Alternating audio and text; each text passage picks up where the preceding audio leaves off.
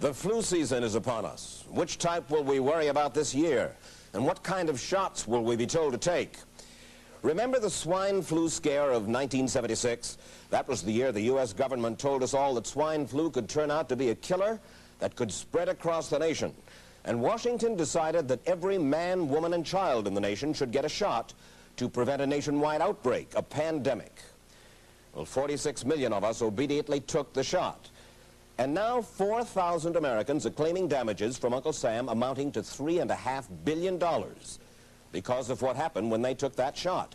By far the greatest number of the claims, 2/3 of them, are for neurological damage or even death, allegedly triggered by the flu shot. We pick up the story back in 1976 when the threat posed by the swine flu virus seemed very real indeed.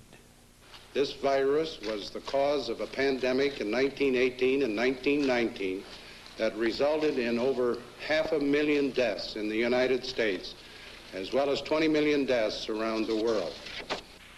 See how easy it is to... Thus, the U.S. government's publicity machine was cranked into action to urge all America to protect itself against the swine flu menace. Influenza is serious business.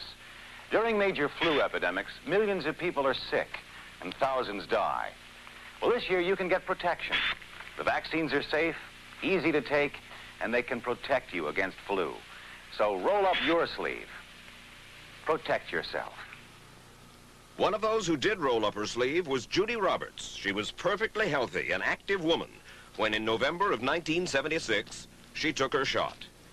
2 weeks later, she says, she began to feel a numbness starting up her legs. I joked about it at that time. I said, I'll be numb to the knees by Friday if this keeps up. By the following week, I was totally paralyzed. So completely paralyzed, in fact, that they had to operate on her to enable her to breathe.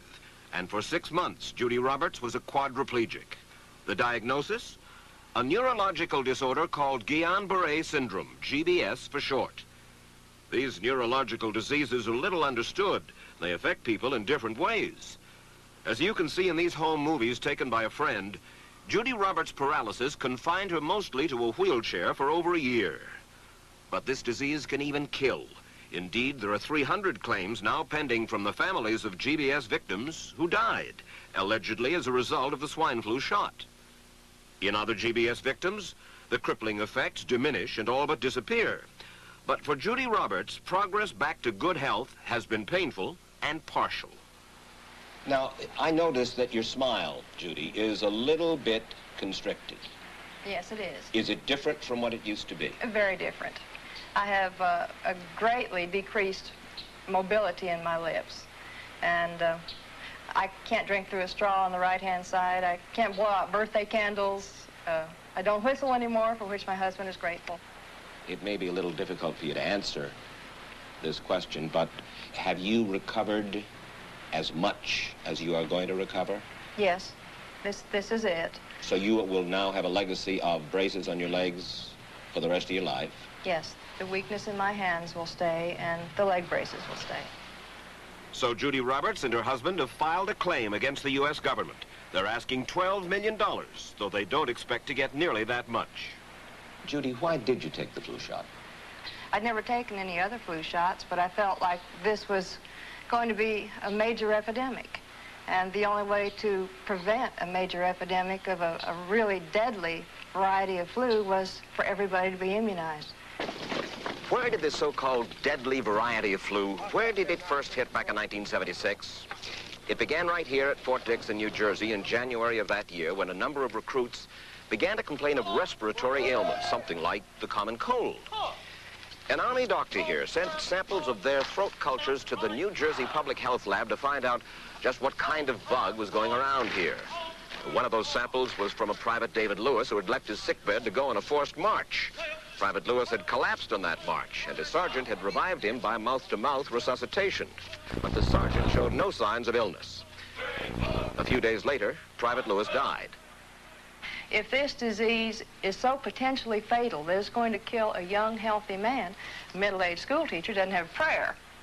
The New Jersey lab identified most of those soldiers' throat cultures as the normal kind of flu virus going around that year, but they could not make out what kind of virus was in the culture from the dead soldier and from 4 others who were sick. So they sent those cultures to the Federal Center for Disease Control in Atlanta, Georgia for further study. A few days later, they got the verdict: swine flu. But that much publicized outbreak of swine flu at Fort Dix involved only Private Lewis, who died, and those 4 other soldiers who recovered completely without the swine flu shot. If I had known at that time that the boy had been in a sick bed, got up, went out on a forced march, and then collapsed and died, I would never have taken a shot. The rationale for our recommendation was not on the basis of the death of a single individual, but it was on the basis that when we do see a change in the characteristics of the influenza virus, it is a massive public health problem in this country. Dr. David Senser, then head of the CDC, the Center for Disease Control in Atlanta, is now in private industry. He devised the swine flu program, and he pushed it. You began to give flu shots to the American people in October of '76. October 1st. By that time, how many cases of swine flu around the world had been reported? There had been several reported, but none confirmed. There had been cases in Australia that were reported by the press, by the news media. There were cases in... None confirmed. Did you ever uncover any other outbreaks of swine flu anywhere in the world? No. Now, nearly everyone was to receive the shot in a public health facility where a doctor might not be present. Therefore, it was up to the CDC to come up with some kind of official consent form, giving the public all the information it needed about the swine flu shot. This form stated that the swine flu vaccine had been tested. What it didn't say was that after those tests were completed, the scientists developed another vaccine, and that was the one given to most of the 46 million who took the shot. That vaccine was called X53A. Was X53A ever field tested? I can't say. I would have to... It wasn't. I don't know. Well, I would think that you're in charge of the program. I would have to check the records. I haven't looked at this in some time. The information form, the consent form, was also supposed to warn people about any risks of serious complications following the shot. But did it? No, I had never heard of any reactions other than a sore arm, fever, this sort of thing. Judy Roberts' husband, Gene, also took the shot. Yes, I looked at that document. I signed it. Nothing on there said I was going to have a heart attack or I'd get Guillain-Barré, which I never heard of. What if people from the government, from the Center for Disease Control, what if they had indeed known about it? What would be your feeling? They should have told us. Did anyone ever come to you and say, you know something, fellas? There's the possibility of neurological damage if you get into a mass immunization program? No. No one ever did? No. Do you know Michael Hatwick? Yes. Mm-hmm. Dr. Michael Hatwick directed the surveillance team for the swine flu program at the CDC. His job was to find out what possible complications could arise from taking the shot and to report his findings to those in charge. Did you know ahead of time, Dr. Hatwick, that there had been case reports of neurological disorders, neurological illness, apparently associated with the injection of influenza vaccine? Absolutely. You did? Yes. How'd you know that? By review of the literature. So you told your superiors, the men in charge of the swine flu immunization program, about the possibility of neurological disorders? Absolutely.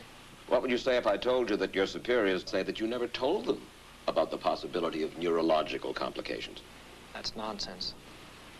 I can't believe that they would say that they did not know that there were neurological illnesses associated with influenza vaccination. That simply is not true. We did know that.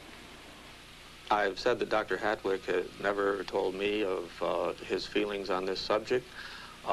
Then he's lying. I guess you would have to make that assumption. Then why does this report from your own agency, dated July 1976, list neurological complications as a possibility? I think the consensus of the scientific community was that the evidence relating neurologic disorders to influenza immunization was such that they did not feel that this association was a real one. You didn't feel it was necessary to tell American people that information?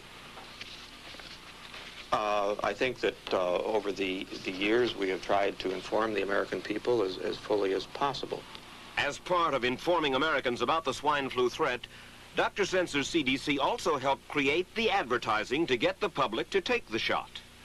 Let me read to you from one of your own agency's memos planning the campaign to urge Americans to take the shot. The swine flu vaccine has been taken by many important persons, he wrote. Example, President Ford, Henry Kissinger, Elton John, Muhammad Ali, Mary Tyler Moore, Rudolph Nureyev, Walter Cronkite, Ralph Nader, Edward Kennedy, etc., etc. True? I'm not familiar with that particular piece of paper, but I do know that at least of that group, President Ford did take the vaccination. Did you talk to these people beforehand to find out if they planned to take the shot? I did not know. Did anybody? I do not know. Did you get permission to use their names in your campaign? I do not know.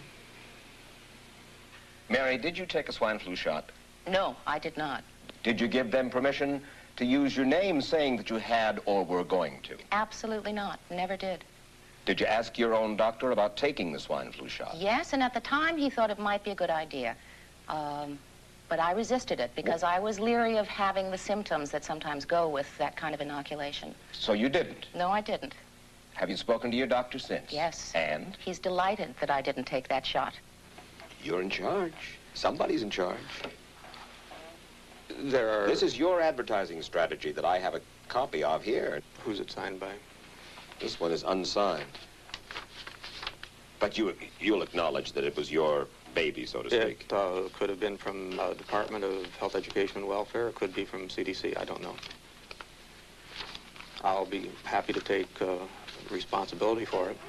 It's been 3 years now since you fell ill with GBS, right? Right. Has the federal government, in your estimation, played fair with you about your claim? No, I don't think so. It seems to be dragging on and on and on, and really no end in sight that I can see at this point. With respect to the cases of Guillain-Barré, allegedly... Former Secretary of HEW Joseph Califano, too, was disturbed that there was no end in sight. So a year and a half ago, he promised that Uncle Sam would cut the bureaucratic red tape for victims suffering from GBS and would pay up quickly. We shouldn't hold them to an impossible or too difficult standard of proving that they were hurt. Even if we pay a few people a few $1,000s that might not have deserved it, I think justice requires that we promptly pay those people who do deserve it. Who's making the decision to be so hard-nosed about settling? Well, I assume the Justice Department is. Griffin Bell before he left? Well, the Justice Department agreed to the statement I made. It was cleared word for word with the lawyers in the Justice Department by my HEW lawyers. And that statement said, in effect? That statement said that we should pay Guillain-Barré claims without regard to whether the federal government was negligent if they resulted from the swine flu shot. I think the government knows it's wrong. If it drags out long enough, that people will just give up. Let it go. I am a little more adamant in my thoughts than my wife is, because I told Judy to take the shot. She wasn't going to take it, and she never had shots. And I'm mad with my government because they knew the facts, but they didn't release those facts because if they had released them, the people wouldn't have taken. And they can come out tomorrow and tell me there's going to be an epidemic, and they can drop off like flies next to me. I will not take another shot that my government tells me to take. Meantime, Judy Roberts and some 4,000 others like her are still waiting for their day in court.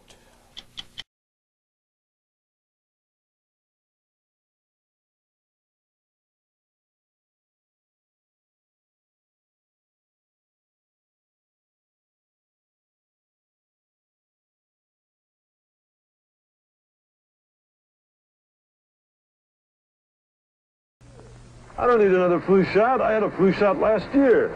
A swine flu epidemic may be coming. Swine flu shot? Well, I don't know. I've been thinking about it. It could make you very sick. Swine flu? Man, I'm too fast today to catch me. You'll want to be protected. I'm the healthiest 55-year-old you ever seen. Hey, I play golf every weekend. Get Get a shot of protection. The swine flu shot. Joe brought it home from the office. He gave it to Betty and one of his kids, and to Betty's mother. But Betty's mother went back to California the next day. On her way to the airport, she gave it to a cab driver, a ticket agent, and one of the charming stewardesses. At school, Joe's kid gave it to some other kids, and Mrs. Merrill got it and gave it to her husband. In California, Betty's mother gave it to her best friend, Dottie. But Dottie had a heart condition and she died. But before she died, Dottie gave it to her girlfriend, the mailman, the paper boy, and the vet when she went to pick up her chihuahua. If a swine flu epidemic comes, this is how it could spread.